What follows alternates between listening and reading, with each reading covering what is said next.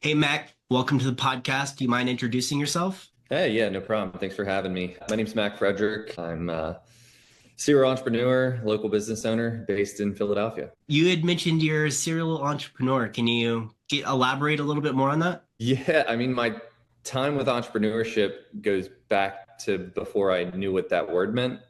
I thought it just meant, someone who starts businesses. So back in college at Penn State is when I got involved with entrepreneurship. I started my first venture was starting a party bus with one of my good college friends where we basically bought and renovated one of those old senior care buses and just fully renovated it and got a DJ and a limo driver and a bunch of lights and sound system and all that. And then from there, I started an engineering company to kind of reinvent the watch band called Vortic Watches, which is still around. We've got some patents online. Then I was part of a startup that tried to live preview lines at bars and clubs to see how bad the line and the wait was and things like that.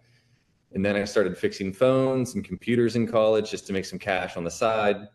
And I've done that ever since. I'm actually in one of my retail stores right now. So I've been in the electronics, consumer electronics repair industry for 13 years. I've personally fixed over 10,000 devices. And I've got 4 retail stores in the city of Philadelphia, which is tough to do for so long. It's almost 10 years now. And yeah, I have my marketing agency, Momentum, which is my main thing. That's my main focus, my 9 to 5 type of thing, if you will. But yeah, I've been self-employed ever since working for Google about 9 years ago. That's incredible. I mean, it seems like you've had ventures all over the map with a bunch of different ideas. Where are these ideas coming from? Like, how is it that you're so easily able to see problems and being like, yes, I can definitely do something there? I think most businesses or ideas stem from solving a problem. It's a pretty straightforward thought process as to, what do we need to do to solve this problem? What's the solution here? Is there a product or service that can be created? And I think that's kind of how every business that I've created has come about. So like take the phone business, for example, like my phone broke back in college. I didn't really have the money to fix it. I was just getting into business and paying for, my way to go through school and boarding and everything. But, just was able to buy the tools and materials on eBay and watched a YouTube video and figured it out. And then realized a lot of other college students had broken phones. The party bus stemmed from being very freezing cold at Penn State and sororities and fraternities, having groups of people that would need to walk a mile just to get to a party because this is before Uber and Lyft. The watch company stemmed from another problem where, I don't know if you own any metal link watches, the size of your wrist actually changes throughout the day based on if it's too hot or too cold or if you're exercising. So if you take one link out, it might be too tight. If you put one link in, it might be too loose. So we were trying to engineer a band that would kind of telescope into itself so you could turn the dial, sort of like some of those snowboarding shoes and whatnot. The marketing agency came from just an opportunity of, solving problems. When I was working at Google, I realized a lot of my clients at Google needed help with a better website or social media or something related to marketing, but I wasn't allowed to help them with that at the time. I was just helping them with Google Ads and that was it. So yeah, that's how every business has really come about. Let's kind of focus a lot of our conversation on momentum.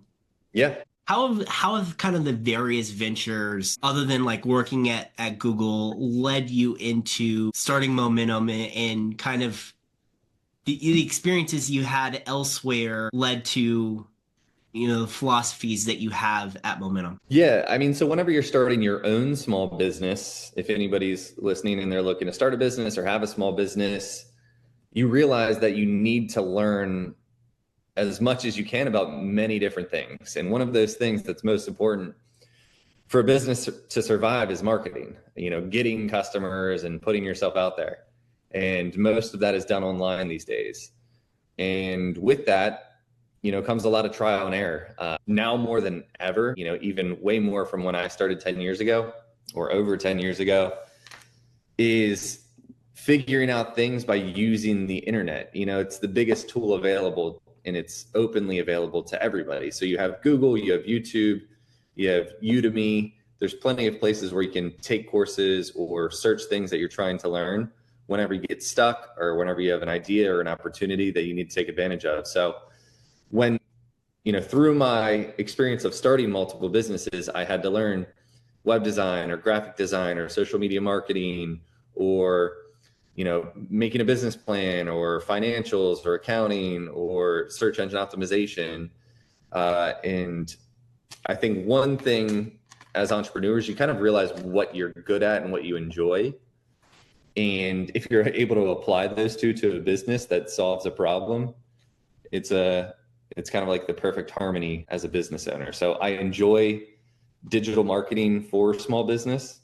I enjoy helping small business owners, and I'm good at digital marketing. And so it makes money and you enjoy it. So it's a win-win for everybody. Until you really start a venture, you really don't know the things you don't know. And then yeah, I mean, I've gotten probably a PhD on how to do things via YouTube, or, you know, using ChatGPT to help guide ideas through like the various stages, and then, you know, putting those out there. So yeah, it's wild, the things that you don't know when you're first starting an organization, that you're like, oh, yeah, I probably should have spent more time thinking about those pieces before I was like, yeah, I can do this thing. Let's do it. Exactly. I'd say, and I tell this to people all the time, like, you know, I'm literally in one of my busier retail stores for phone repair Philly, you know, the 4 locations. You know, we fixed over 50,000 devices in the past 9 years for customers throughout the city. You know, we're doing over $1 million in revenue every year. And a lot of customers will watch me because I'll literally fix their device in front of them. You don't have too many business owners that have multiple locations, but also like work in and on the business at the same time. So it gets a little crazy. But yeah, a lot of customers will watch and be amazed at what I'm doing and ask me how I learned it. And I'm like, YouTube. Learned it all from YouTube. It's remarkable, like as a source of just being able to share information. It's typically the place that I go first when I'm trying to learn a skill or learn more about a certain topic, or watch reviews on comparing and contrasting different tools that kind of fit in the same category. Like YouTube is typically where I go first and be like, okay, is there anything here that's really going to help me through it? And if there's not, like, okay, now I feel compelled that once I figure it out, that I have to make a video, regardless of how like cardboard dry the video is, to kind of walk people through the steps, because I cannot be the only person. That's the other thing as an entrepreneur. You realize that all of the problems you're facing aren't unique to you. Like there's been 100 other people who faced similar issues. So Google search it. Like just Google it. You'd be surprised. Well, 100%. I do the same thing where if I search a problem that I need the solution to on YouTube, and YouTube is easily the second biggest search engine, and it's a video tutorial showing you how to do something like change a tire, fix a phone, build a website, whatever the case might be. If I search something that I'm struggling with, like recently I made a video about like how to transfer domain ownership on GoDaddy, you know, giving your ownership to your, you know, domain that you bought to somebody else. There were a couple videos on there and I wasn't very impressed by any of them. So I was like, I'll just make another one myself, because there is search intent, there's search volume there. It could get some traction. But, you know, YouTube to me, it's also one of those things where once you start getting really good at a specific, you know, relative skill set, like fixing phones, for example, I actually don't need to watch a YouTube video for the new phone that comes out because I'm so familiar. So it's like maybe the same for graphic design or coding or something in another industry. You might not always need to watch every new video because you have the familiarity of the problem solving. So yeah, I love YouTube. So how do you balance a 4-location brick and mortar retail store and a digital agency? That's the question of the hour right now.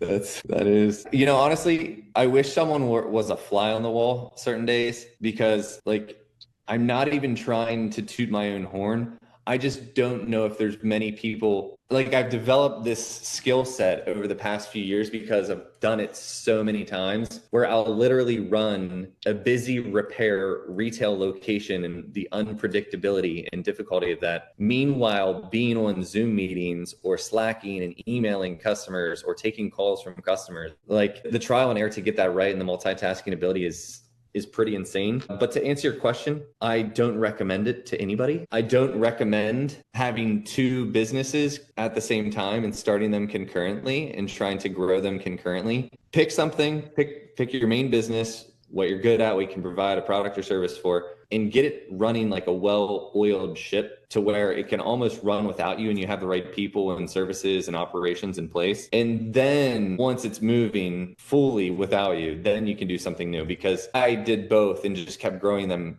equally consistently to where they're now, both doing well over 7 figures a year. And I'm just an entrepreneur. So like I do a little bit of real estate. I do a little bit with another business that's a med spa. But I guess the short answer to your question is sometimes it's impossible and you go crazy and you have tons of anxiety and stress because you can't control things that are out of your control, which would be the unpredictability of people walking into a retail store pissed about a phone repair while you're on a Zoom meeting with a customer, a marketing client that is paying you $4,000 a month, and you need to go off camera and mute yourself to talk to somebody about their broken phone. It definitely answers the question. I mean, so what I'm hearing is it's a challenge to balance both unless you have processes to be able to offload that onto somebody else. So knowing how many things you've said yes to, are there things that you've said no to? As you get older and more experienced and cultured in business, you'll realize saying no is easily the priority in the first answer that you have. You can't chase so many things and be successful. It's literally probably the biggest downfall, I would say, with most entrepreneurs is, they try to invest in too many things and spread themselves too thin and take their eyes off the prize. It's for entrepreneurship, it's the shiny ball syndrome. You're chasing this shiny bouncing ball and then you realize like you lost whatever was right in front of you. So that's the biggest problem. And I say no to almost everything now, unless it is a quasi horizontal revenue item related to one of my businesses. Yeah, I get that. I would also say that typically what I want to do right away is say no. However, I've started like taking a beat, not necessarily to give up more time to understand where somebody's coming from, but at least allowing them to explain themselves on what it is that they're looking to achieve before I'm like, no, like this just doesn't fit with the direction I'm trying to take the organization, or this just, I'm not seeing the ROI in the investment, but I at least allow someone enough of a time to be able to explain what they're looking to do. Because I remember, hopping on just cold calling people to be potential clients. And like, if you start out that gritty, it gives you kind of the appreciation of the people who have the hustle to just go out there and keep doing something over and over and over again, knowing that they're likely going to be rejected. So now I at least give them the opportunity to catch my attention before I'm like, no, without taking up too much of my time. I'll let them get their idea across. I'll always let people speak because I'm curious. I'm always curious of new business ideas and ventures. But it also depends on like, what's it need from me? Like, do you need my time? If so, that's going to be a big ask. If you need my money, then let's hear more about this idea and the strategy and the plan, because my money can work for me and I don't need to be as involved. So I always listen. A lot of times too, it's like, depending on the business, it's not so much the business, it's the person behind it. It's the execution. It's like, does this person have the track record? Do they have the wherewithal? Do they have the fortitude? That's a lot of times, because there's so many similar businesses out there. A painting business, all right, great, there's millions of them. Like, who's going to be the best? Honestly, you don't need to be the best. You just have to be able to get your product or idea in front of the most people to be able to be top of mind of more customers, to be able to drive traffic either to your site or to your phone or what have you. So I would make the argument that you don't necessarily need to be the best. You just need to be a little bit better than the competition that surrounds you immediately. 100%. You can just carve out a market segment too. Like it all depends on like what you want to do with your life. Like, are you achieving a certain goal in terms of like revenues and profits, or like you just trying to be like safe and comfortable and be able to pay yourself $100,000 a year, like painting houses or whatever the case might be. Like it's different for everybody. I completely agree. I think that the reason people go into business for themselves are everybody's got their own reasoning. Yeah, a lot of people like entrepreneurship so popular and trendy the past few years, just since social media's taken off more and more. But I think a lot of people need self-awareness before they get into entrepreneurship. Yes, 100%. I think that there's just a lot of realizations or just the knowledge or really the first step of entrepreneurship is taking that first step, doing the reach out, creating a website, talking to potential customers, testing your ideas, making sure that what it is that you're trying to go to market with actually has a commercial application. But yeah, I do think that being self-aware of, yeah, I'm not seeing success doing this thing. Maybe it's time for me to pivot and try something different, try something bigger, try something smaller, maybe try a different niche, try like there's a million different variations that you can go and try something different in or on or with, but I think that honestly the first step of entrepreneurship is just going out and starting to do something. You've got to create some sort of proof of what you're selling or providing is wanted, and that you want to be the one to provide it and go through all of that. Like minimal viable product is definitely important before you start investing a bunch of time and money into something that people don't want. Yeah, I couldn't agree more. Spent 6 months chasing an idea that I knew 3 months in was just going to be too complicated for me to be able to pull off by myself because it was more of like a marketplace and bringing two sets of consumers together.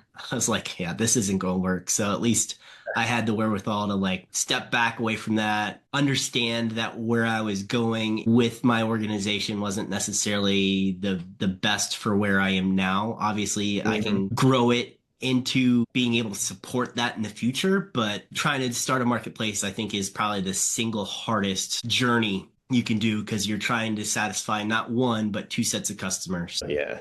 Marketplaces, man, that's tough. You've got the whole cart and horse thing too. Like, do we get the products and services on here first, or do we get the customers?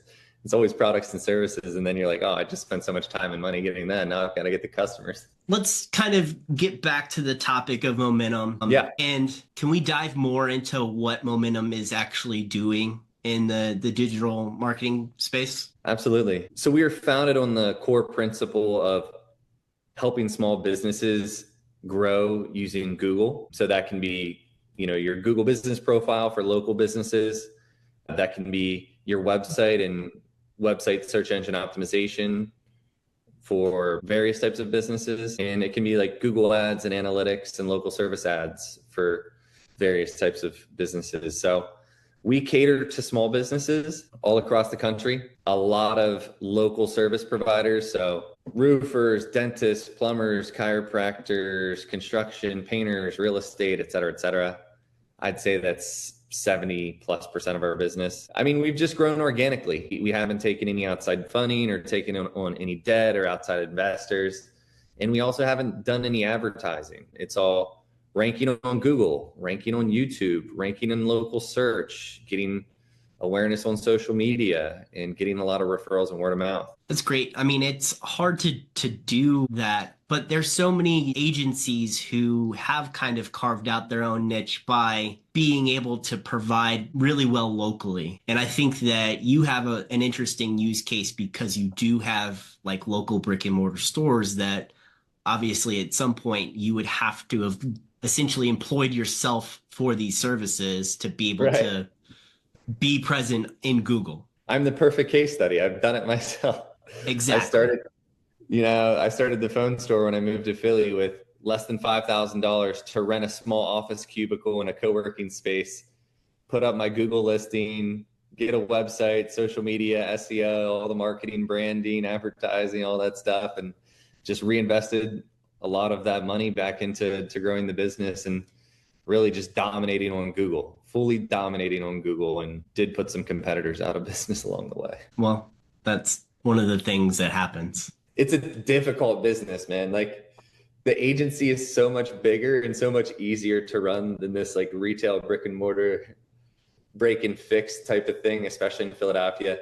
I've been robbed. I've been broken into. I've had so many insurance claims. I've had managers steal from me. I had a business partner embezzle money. Like I've been through so much of this business. I don't envy that. I think that, playing solely for me in the digital space is significantly easier because there's a lot fewer of those concerns. Yeah, you can be hacked, but Yeah, the scalability and the digital nomadic lifestyle of having a marketing agency is just so sincere and amazing. Like I would love to completely be done with this brick and mortar business stuck in Philadelphia and like just traveling the world and like having a remote workforce and just growing that business. I mean, that was the goal, but selling this company here has been a little bit harder than I anticipated. it's not really a buyer's or a seller's market when it comes to business purchases, unless it's like a very specific thing.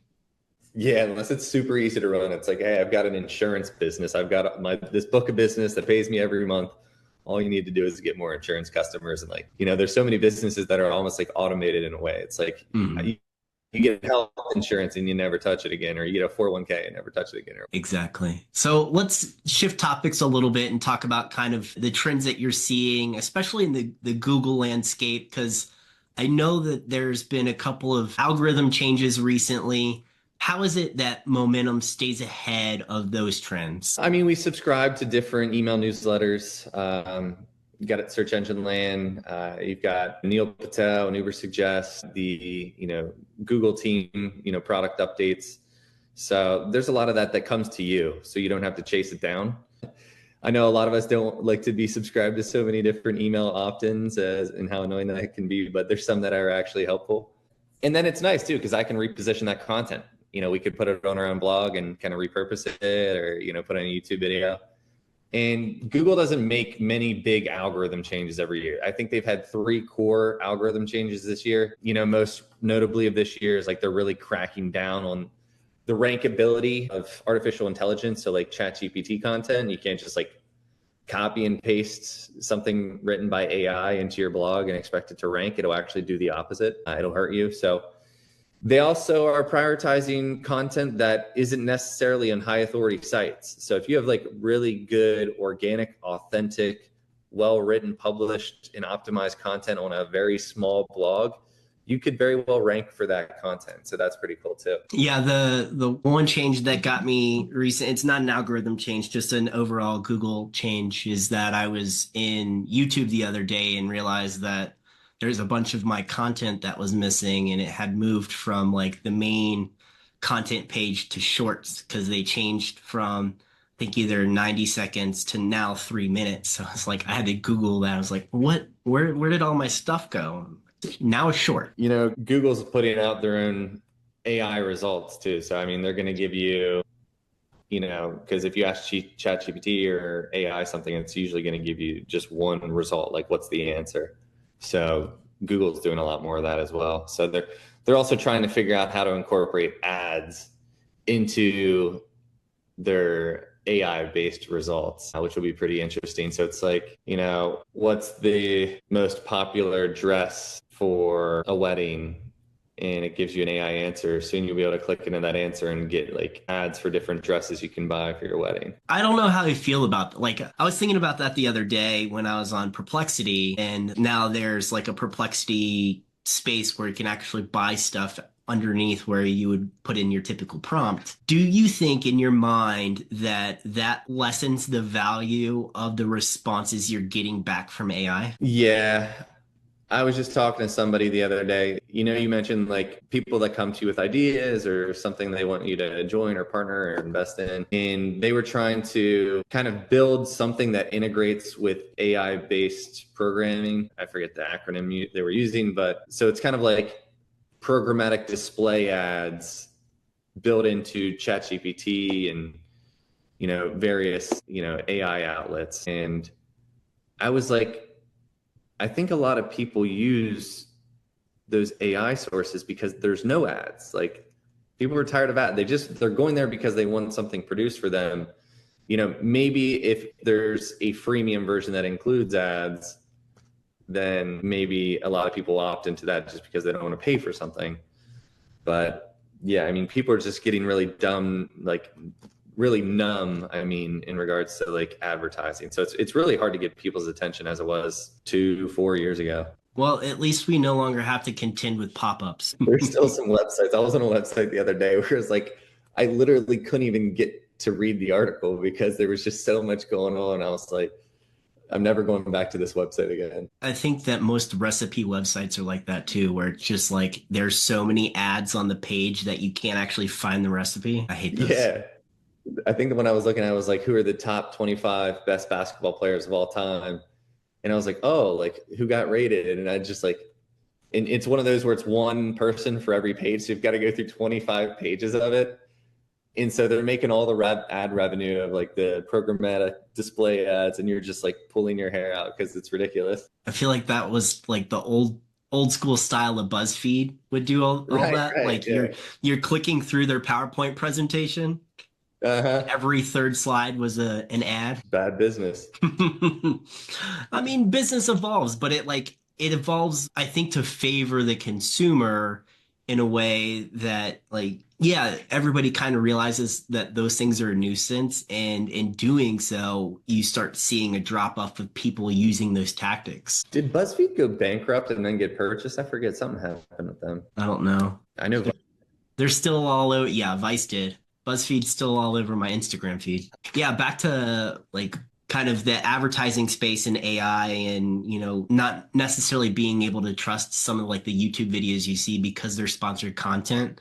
I was having this conversation with my wife, or she was having it with another friend of ours, that she's now started to use Reddit more often to find like people just talking about product use and their honest opinions on things, versus because typically with Reddit, they have very clear guidelines about self-promotion or promoting products that you are associated with. So she's like, yeah, if I need a review, that's where she's going first, which I thought was interesting. 100%. A lot of people are going like I'd say people in like a little bit of maybe our generation or older than myself are looking at Reddit. The younger generation is going to and trusting TikTok. TikTok's a whole nother beast, right? Yeah. I use it quite regularly, and I get sucked into being a consumer of the content that's out there. But I think that TikTok does a good job at being able to separate the things that people are trying to sell, like either with promo tagging, or like you actually see the link itself for buying the product. But I think it kind of also spurred from, and I was having this conversation a couple of weeks ago, it spurs from, there's just this wave of being able to do live selling in like Asia. I don't know if Amazon will bring it back again for like this Black Friday or Cyber Monday, but I know that they had it last year where they just had someone like sitting at their computer talking about products, and it was a live stream talking about the various products that were up on sale right then and there. Yep. That's cool. I don't know. I really don't use TikTok much. I feel like it's just going to be such a time sink for me because it's probably so entertaining. Oh, it is. I'm on YouTube probably more than anything. I split my consumption, I think, between Instagram and TikTok. I'm scared that I'll also shorten my attention span worse than it already is. So I'm like, all right, let's consume like a 10-minute video instead of a 10-second video. I think that saying the two platforms that I typically frequent should show that I have like next to no attention span. Yeah, you can get back there. You can recover. I hope so. All right, Mac. So we've made it through a ton of questions, a lot of great discussion. Made it to the end of the podcast. This is where I give you 90 seconds to plug anything that you're passionate about. It could be any and all of your businesses. It could be a charity. It could be anything. So without further ado, the next 90 seconds are yours. I'm just passionate about small business and entrepreneurship and being able to help as many small business owners as possible. Like starting and growing a small business is nearly impossible. I mean, there's so many hurdles and difficulties where it's nice to have someone in your corner, someone that you can talk to and trust. And, a lot of us don't have that opportunity. And I'm happy to talk to anybody and as many people as I can. We're going to be releasing a course soon for business owners, but also marketers, for how to grow your business on Google and specifically using the Google business profile. It's going to be a very affordable course and very easy, quick learning that's applicable. I think small business is the backbone to the American economy, and I still believe in the American dream.